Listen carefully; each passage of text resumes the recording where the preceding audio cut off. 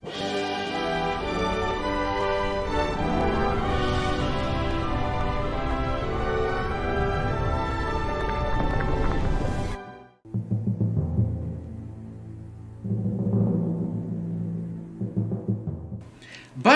no.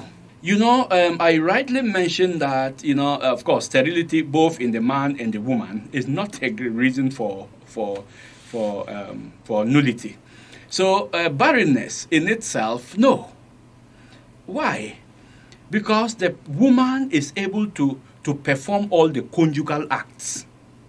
It's just that because of probably some physiological reasons or some issues in her womb or whatever, is not able to conceive. That's a different matter.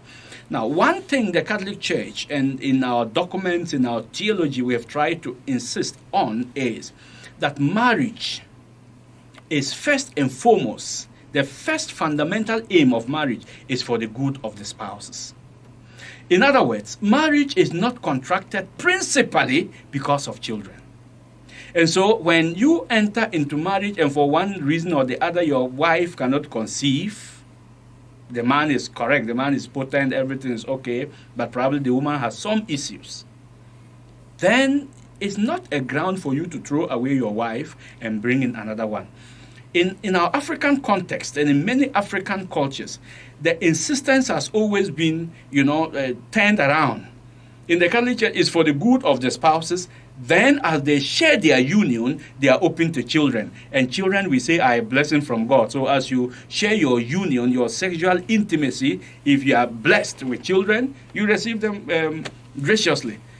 In our African cultures, we rather turn it the other way around. You marry because of children and then the good of the spouses. So when the children don't come, in many African cultures, we throw off the woman and bring in another one.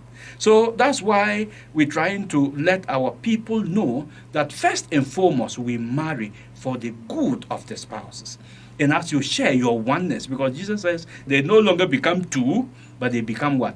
One flesh. So as they share their oneness, then they are open to procreation. And when children come, they receive. If children don't come, well, you don't buy them in the supermarket. And you don't use that as a reason to throw off your wife.